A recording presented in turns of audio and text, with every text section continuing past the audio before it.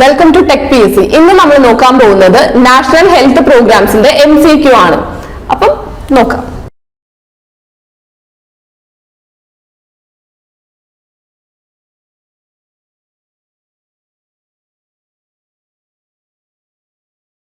Question എന്ന് പറയുമ്പോൾ national mental health policy of India was launched in.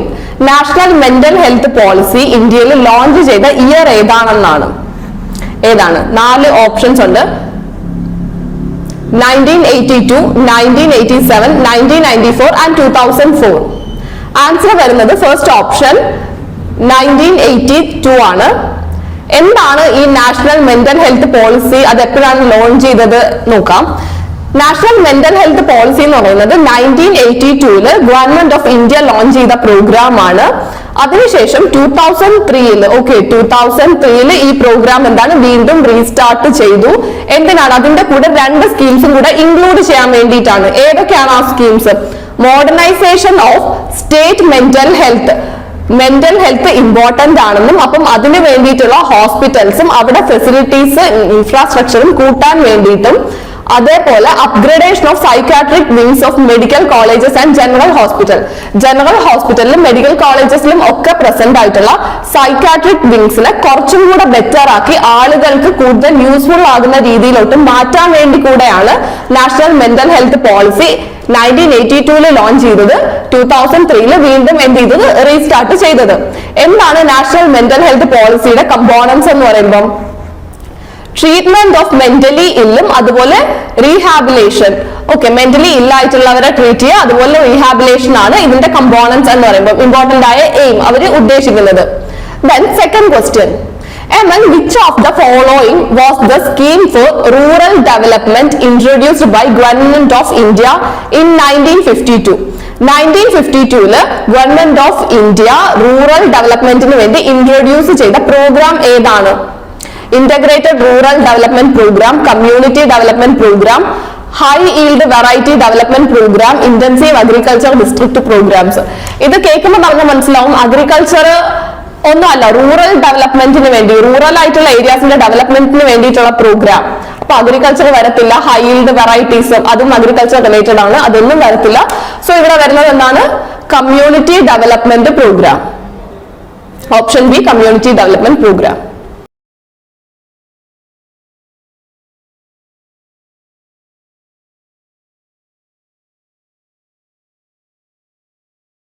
Community development പ്രോഗ്രാമിന്റെ aims എന്തൊക്കെയാണ്?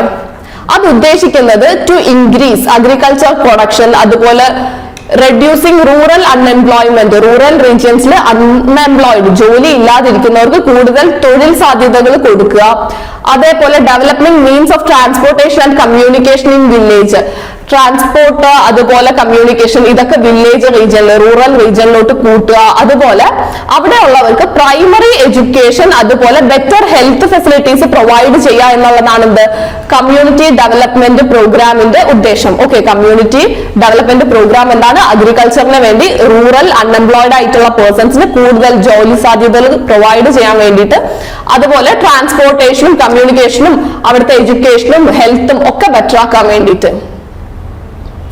Then വീണ്ടും national mental health policy of India launch ചെയ്ത year ആണ് ചോദിച്ചിട്ടുള്ളത്. അത് നമ്മൾ നേരത്തെ ഡിസ്കസ് ചെയ്തതാണ്, 1982. Then fourth question, which of the following procedural points should be covered through staff orientation in school and college sports program? താഴെ തന്നിട്ടുള്ളതിൽ എന്തൊക്കെ പ്രോഗ്രാംസ് ആണ്, അതായത് ഒരു സ്റ്റാഫിന്റെ ഹെൽപ്പോടുകൂടി സ്കൂളിലും കോളേജിലും ഒക്കെ ചെയ്യാൻ വേണ്ടിയിട്ട് ഉള്ളത്? സോ എന്തൊക്കെയാണ്? ഇതിൽ ഓപ്ഷൻസ് തന്നിട്ടുണ്ട്. Financial, health care, travel, public relation. Then options തന്നിട്ടുണ്ട്. 1ഉം 2ഉം വരുന്നത്, 2ഉം 3ഉം വരുന്നത്, എല്ലാ ഓപ്ഷൻസും വരുന്നത്. സ്റ്റാഫ് ഓറിയന്റേഷൻ, അതായത് ഒരു സ്റ്റാഫിന്റെ ഹെൽപ്പോടുകൂടി സ്കൂളിലും കോളേജിലും ഒക്കെ സ്പോർട്സ് പ്രോഗ്രാംസ് ഓർഗനൈസ് ചെയ്യുമ്പോൾ ഇത് എല്ലാം ആരാണ്, എങ്ങനെയാണ് ചെയ്യേണ്ടത്, അതിന്റെ പ്രൊസീജിയർ എന്താണ് എന്നുള്ളതാണ്. സോ ഇതിൽ ഓപ്ഷൻ ബി ആണ് വരിക. അതായത് ഇതിന്റെ ഫിനാൻഷ്യൽ കാര്യങ്ങളാണെങ്കിലും ഹെൽത്ത് കെയർ ആണെങ്കിലും ട്രാവൽ, പബ്ലിക് റിലേഷൻ എല്ലാം ഒരു സ്കൂൾ കോളേജ് ബേസിൽ ഇതാക്കുമ്പോൾ സ്റ്റാഫ് ഓറിയന്റഡ് ആയിട്ട് ചെയ്യേണ്ടതാണ്. Financial, health care, travel, public relations എല്ലാം. Next question. Which of the following individuals are unable to pursue the general school curriculum of physical education? Physical education curriculum follow ചെയ്യാൻ പറ്റാത്തത് താഴെ തന്നിട്ടുള്ളതിൽ ആരൊക്കെയാണെന്നാണ്. Okay, so ഇതിൽ option വരുന്നത് option B ആണ്. അതായത് ഈ തന്നിട്ടുള്ള എല്ലാ ഓപ്ഷൻസും അതിലെ ആൻസർ ആയിട്ട് വരും.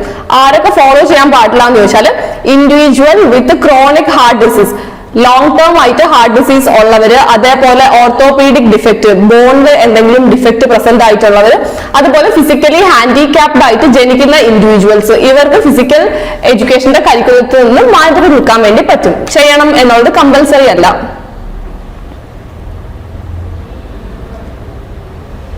Then next question.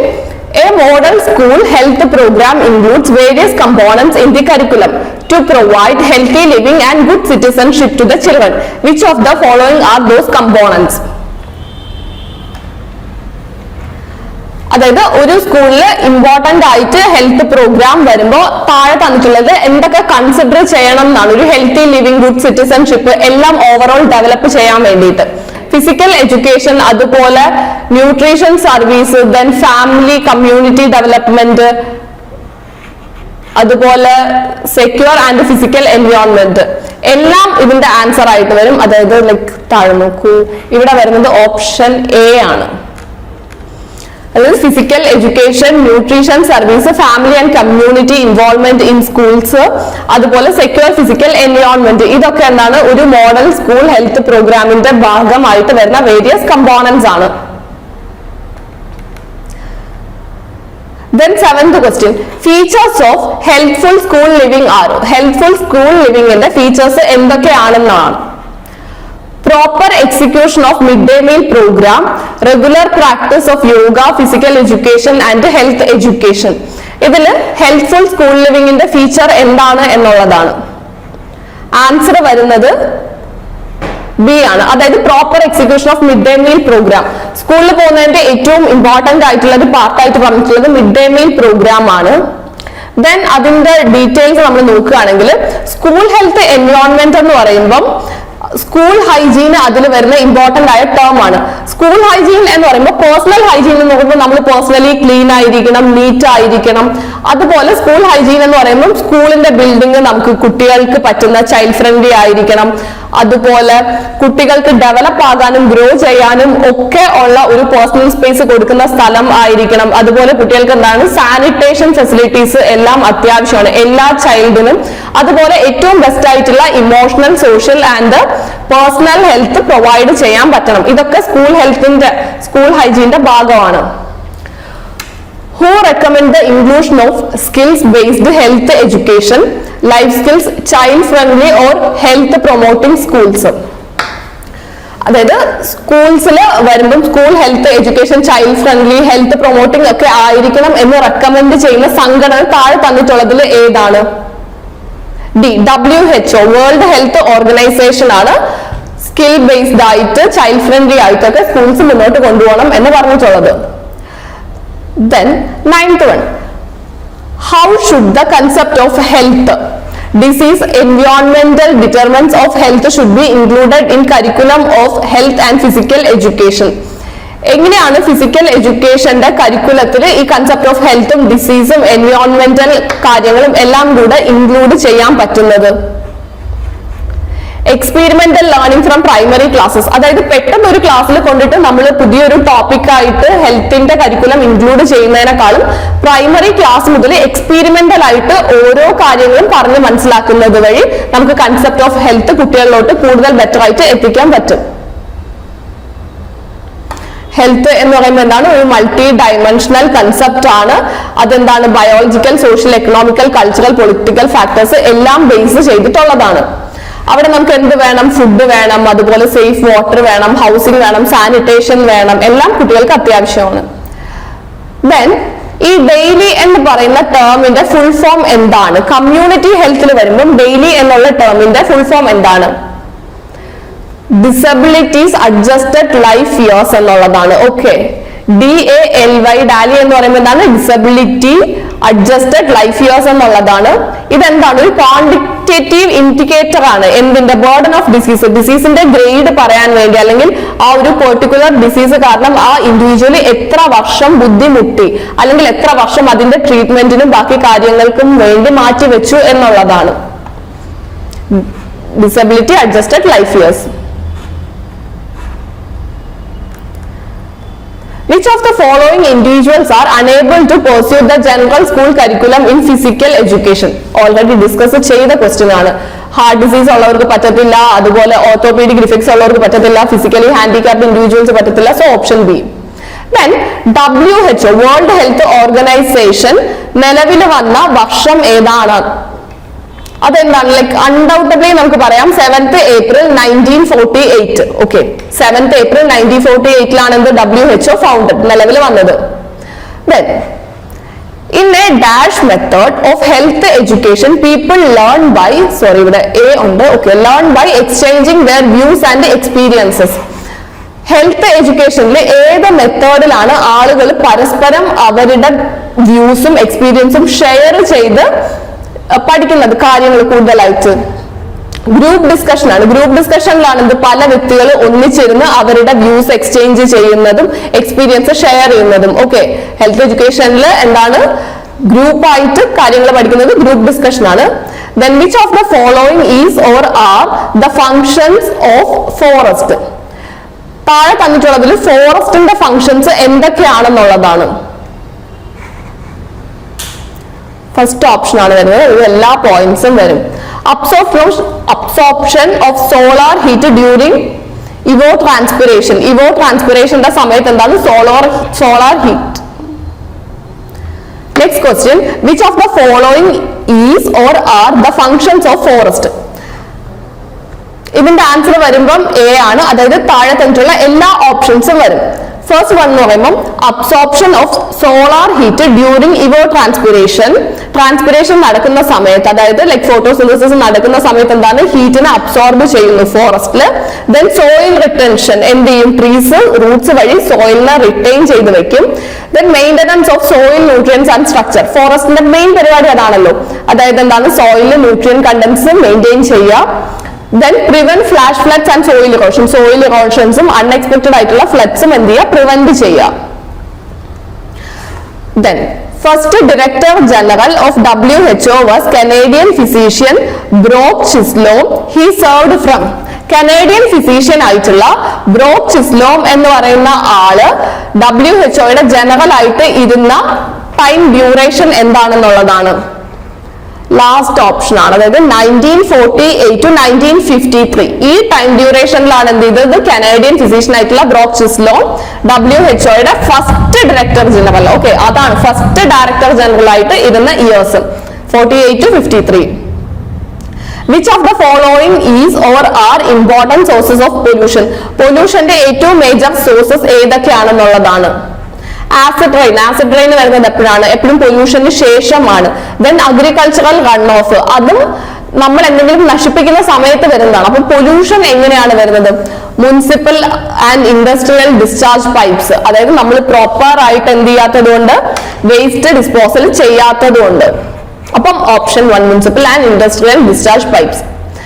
After which incident family planning programs are initiated in most countries? താഴെ തന്നിട്ടുള്ളതിൽ ഏത് പ്രോഗ്രാമിന് ശേഷമാണ് ഫാമിലി പ്ലാനിങ് എന്നുള്ളത് ലൈക്ക് മോസ്റ്റ് കൺട്രീസും അഡോപ്റ്റ് ചെയ്തിട്ടുള്ളത്? അത് വേൾഡ് വാർ സെക്കൻഡിന് ശേഷമാണ്. ഓക്കെ, ഇപ്പോഴാണ് വേൾഡ് വാർ സെക്കൻഡിന് ശേഷമാണ് എന്ത് ചെയ്തത്? ഫാമിലി പ്രോഗ്രാംസ്, അതായത് ഫാമിലി പ്ലാനിങ് പ്രോഗ്രാംസ് ഇനിഷ്യേറ്റ് ചെയ്തത് പല കൺട്രീസും after world war 2. Then which of the following is the main target of family welfare program? എന്താണ് ഫാമിലി വെൽഫെയർ പ്രോഗ്രാമിന്റെ ഏറ്റവും ഇമ്പോർട്ടന്റ് ആയിട്ടുള്ള ടാർഗറ്റ് എന്താണ്?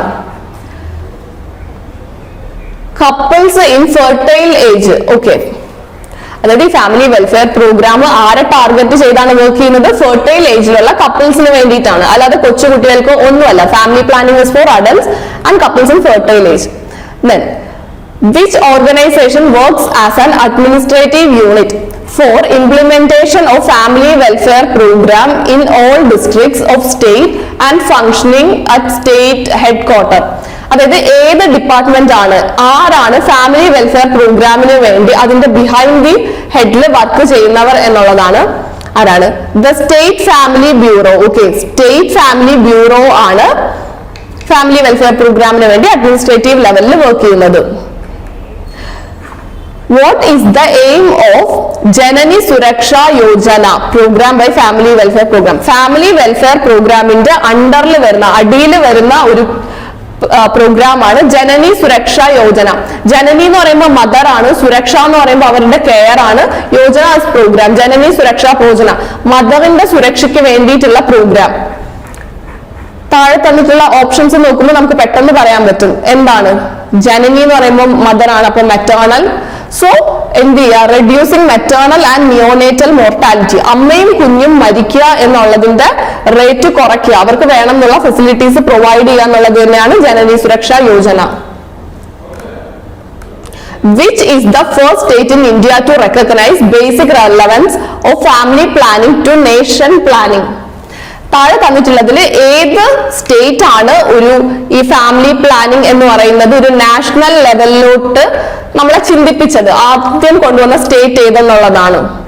അത് Tamil Nadu. Okay, Tamil Nadu. Why is family planning important? എന്തുകൊണ്ടാണ് ഫാമിലി പ്ലാനിങ് ഇമ്പോർട്ടന്റ് ആകുന്നത്? എന്തുകൊണ്ടാണ്? Next question, why is family planning important? എന്തുകൊണ്ടാണ് ഫാമിലി പ്ലാനിങ് ഇമ്പോർട്ടന്റ് ആകുന്നത്? For birth control issues. Birth control അതായത് like population control, birth control, അതിനു വേണ്ടിയിട്ടാണ് ഫാമിലി പ്ലാനിങ് ഇമ്പോർട്ടന്റ് ആകുന്നത്. What is natural family planning? Natural family planning എന്നുള്ള term എന്താണ് use ചെയ്യുന്നത്, എന്താണ് ഉദ്ദേശിക്കുന്നത്? Not having sexual intercourse on particular days when woman is fertile. അതായത് ഓവുലേഷൻ ടൈം പീരീഡ് എന്ന് പറയുന്ന ഒരു like first day menstrual cycle എടുക്കുകയാണെങ്കിൽ ഫസ്റ്റ് ഡേ കൗണ്ട് ചെയ്തു തുടങ്ങിയാൽ ഒരു 15ാമത്തെ ഡേ, 16, 17 ഈ ഒരു 3 ഡേ ആണ് ഓവുലേഷൻ ടൈം പീരീഡ് ആയിട്ട് നമ്മൾ പറയുന്നത്. ഈ പെർട്ടിക്കുലർ ഡേയിൽ സെക്ഷുവൽ ഇന്റർകോഴ്സ് ചെയ്യാതിരിക്കുക. അപ്പൊ എന്താണ് അത്? നാച്ചുറൽ ഫാമിലി പ്ലാനിങ് മെത്തേഡ് ആണ്. Which of the following mentioned portal or sub programs were created under Sarva Shiksha Abhiyan? Sarva Shiksha Abhiyan SSA എന്ന് പറയുന്ന പ്രോഗ്രാമിന്റെ കീഴിൽ വരുന്ന പോർട്ടൽസ് എന്തൊക്കെയാണെന്നുള്ളതാണ്. താഴെ തന്നിട്ടുള്ള 3 അതിൽ തന്നെ വരും. ഓൾ ഓഫ് ദി എബോവ് ആണ് വരുന്നത്. ഓക്കെ, എല്ലാ പ്രോഗ്രാംസും സർവശിക്ഷ അഭിയാന്റെ കീഴിൽ വരുന്നതാണ്. What does S stand for in SAT? SAT-ല് ഈ S എന്താണ് ഉദ്ദേശിക്കുന്നത്? ഈ SATH SAT എന്ന് പറയുന്നത് എന്ത് പ്രോഗ്രാം ആണ്? An initiative by Government of India, Government of India കൊണ്ടുവന്നതാണ്. To initiate transformation in health and education sectors by associating with the states. Okay, അതായത് ഇന്ത്യ ഗവൺമെന്റ് ഇനിഷ്യേറ്റ് ചെയ്തതാണ് ഹെൽത്തും എഡ്യൂക്കേഷൻ സെക്ടേഴ്സും സ്റ്റേറ്റ് തമ്മിൽ associate ചെയ്ത് work ചെയ്യാൻ വേണ്ടിയിട്ട്. ഇതിൽ S stands for sustainable, then A stands for action, then T stands for transforming, H for human capital. Full form ആയിട്ട് നമ്മൾ പറയുമ്പോൾ sustainable action for transforming human capital. Okay, sustainable action for transforming human capital. Thank you.